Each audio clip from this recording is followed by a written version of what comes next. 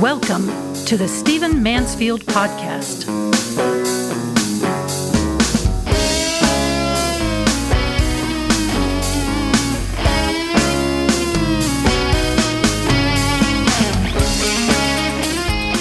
Welcome to the Stephen Mansfield Podcast. Great to have you with me. As always, Happy New Year to you. May 2023 be among your best years ever. I want to do in the next two podcasts an overview of a theme that means a great deal to me. And to develop that theme, I want to talk about three people prominent in the world who died at the end of 2022. Each of these people lived lives of significance, and each of them, by the way, impacted me. So I'm talking about these specific lives, but more, I'm talking about the way that prominent people in our generation, the times in which we live, can impact our lives, how we need to learn lessons from them, and perhaps not be so narrow about the way we approach the news. Oh, I don't like him. Oh, I like her. That's not the end of it. What do they mean? Why are they given to us, so to speak? All of you know now, for example, that Pelé, the famous soccer/football player, world-renowned, died at the end of 2022. Now, I know I'm a little bit more aware of soccer/football because I grew up in Europe, and Americans are just starting to warm to the sport. And of course, the World Cup has just been played, gloriously won by Argentina. And so people are more aware of it at this moment. But what people may not be aware of is the way that Pelé impacted the world. So let me tell you this story, and don't worry, I've got three people to talk about it. I'm going to take two podcasts to do it. So if this starts to go a little bit long just on Pelé, don't worry, I'm not going to cram the other two in at the end. Pelé was born in Brazil, and there's a specific mentality among Brazilians that has hobbled that nation. It is the idea of the Brazilians being a mongrel people, and that's a nasty word. The Nazis used it a great deal. It's a racist word. It's the idea that a people are less because they are ethnically mixed, because they are not just white or just one ethnicity, just Italian. They are mestizo, as they say in other places in Latin America. They are of mixed race. They have a Portuguese heritage. They have a native Indian heritage. They have others mixed in with them. Most of the people who live in Brazil are of mixed race. Now, for most of us living in the world today, we would say, and so what? Wonderful. I bet it makes them beautiful. I bet it gives them a wider cultural heritage. I bet it's an awesome thing to enjoy culturally. But when you have a racist mentality, when you say that some ethnicities, for example, European, are superior to others, and that the more mixed a people are, the more they are mongrels, well, it can work its way into the soul. It can cause the people to think that they're not just second class, but actually somehow seriously marred, somehow far less than other people walking the earth, somehow congenitally flawed. And in fact, they actually speak in Brazil of this mentality, not so much in terms of the word mongrel, but in terms of the word mutt, the way that we might say that our dog is a mutt, meaning that it has a number of bloodlines, that it's a combination of a number of different types of dogs. That's the way they speak of themselves. And of course, this has deep roots in history with colonialism and what have you. Well, the reason that this is important to the story of Pelé, and that he, by the way, is important to this issue, and he deeply impacted me with this, with the way he lived, is that Pelé was just an average kid from an average town in Brazil, but he was black. Again, part of the ethnic mix of the Brazilian people is that they had a lot of people from Africa come and intermix in their bloodlines. And so therefore, this again is why if you have a racist view of history, that blacks, the darker the skin, the more inferior you are, the lighter the skin, the more superior you are, well then, obviously the Brazilian people are marred in that regard. And Pelé would have been amongst the lowest. He was a man of black skin. So he grows up kind of a street kid. His parents aren't poor and destitute, but they aren't wealthy.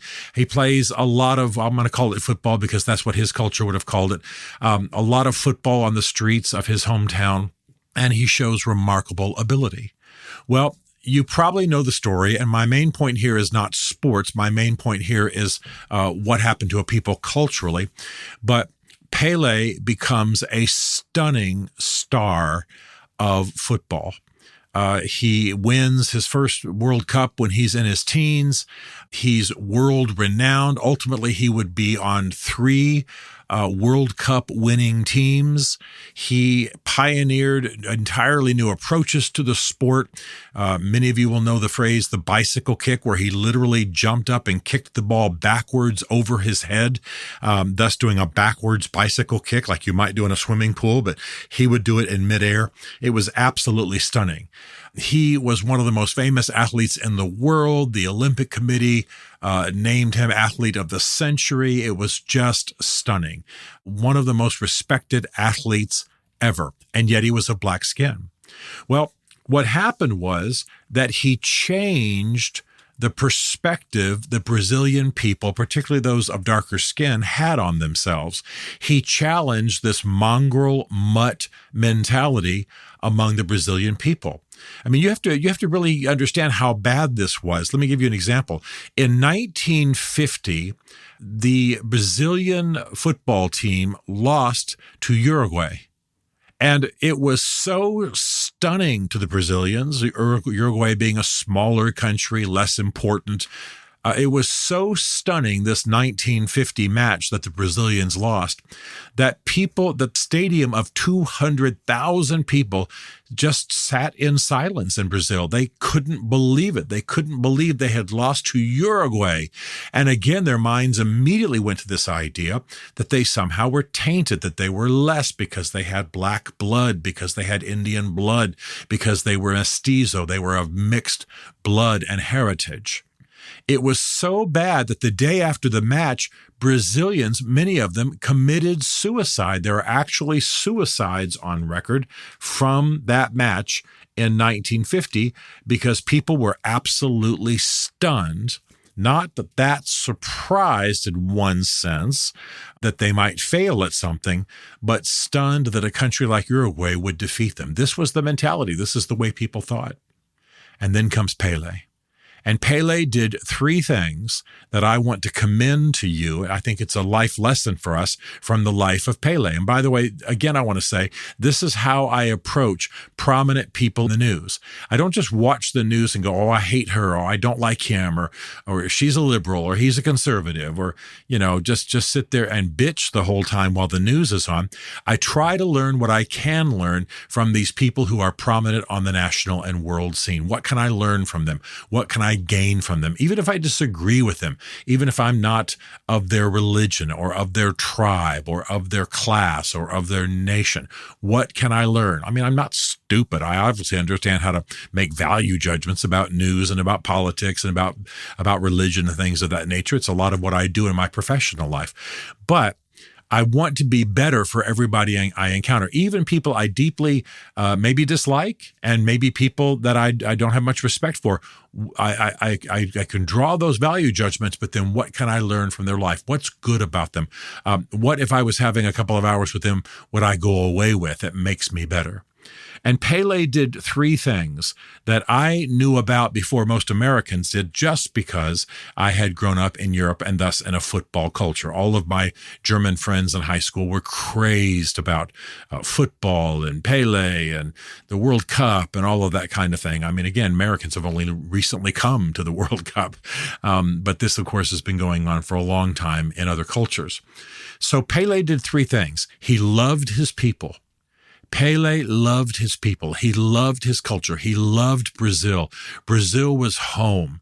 He didn't seek to escape it. He didn't engage in what some people call black flight. We get any kind of status or any kind of money. Let's get out of Dodge. Let's leave Brazil. Let's go somewhere where we'll be more respected and loved. Or, he stayed. He loved his people. He embedded himself in the people. He invested in the people. He loved his people. Number 2, he was good at what he did. The best way to elevate a people, and this is a lesson that comes through many in history, people of great prominence, from Booker T. Washington to others, be good at what you do. because this brings power and it reflects positively on all that you represent. If you are, for example, in my case, a Christian, and you want Christianity to be positively regarded in your culture, then be good at what you do. Be noble, be achieving, be accomplishing, be disciplined, be productive, be prosperous, achieve, and it will reflect positively on the people that you love. It will change perceptions of the culture. Here was Pelé, a black man in a culture that was in a racial crisis about itself.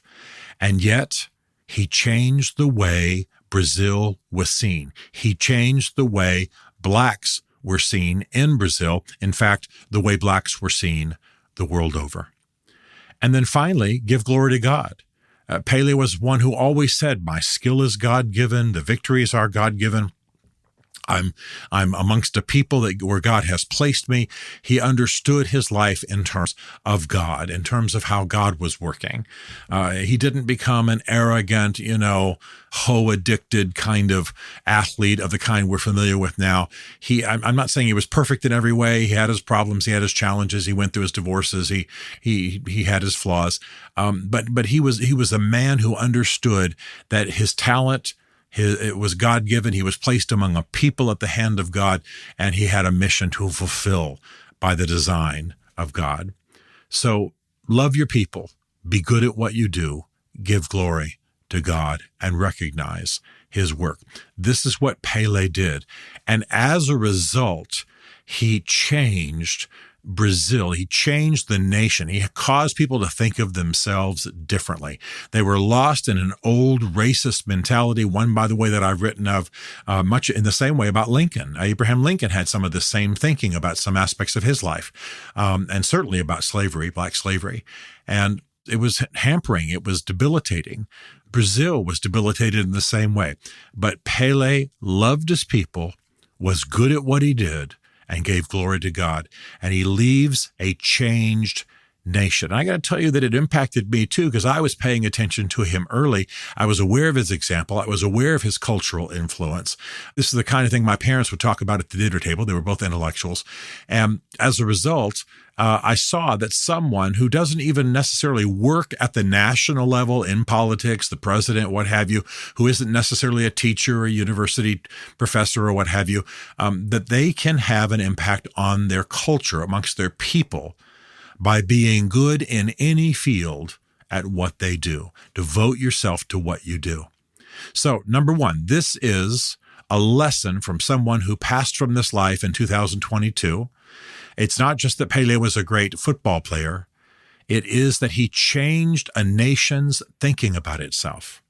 And now Brazil, yes, it has its troubles like all nations, but it has moved largely away from this mongrel kind of thinking, this mutt kind of thinking, and it was much to do with how Pelé set an example. All right, 2 more I want to talk about in the next podcast, but remember this lesson and try to change the way that you approach the news and prominent people who are given to us in our generation. What can you learn? What can you take away? How can you live differently?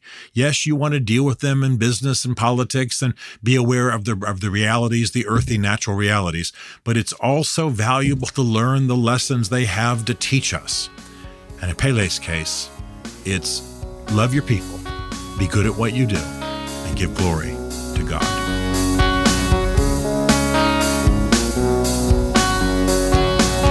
Stephen Mansfield is a New York Times bestselling author, a popular global speaker, and senior fellow for public leadership at Palm Beach Atlantic University. His groundbreaking books on faith and society include The Faith of George W. Bush, The Search for God in Guinness, Mansfield's Book of Manly Men, and Lincoln's Battle with God. Learn more at stephenmansfield.tv.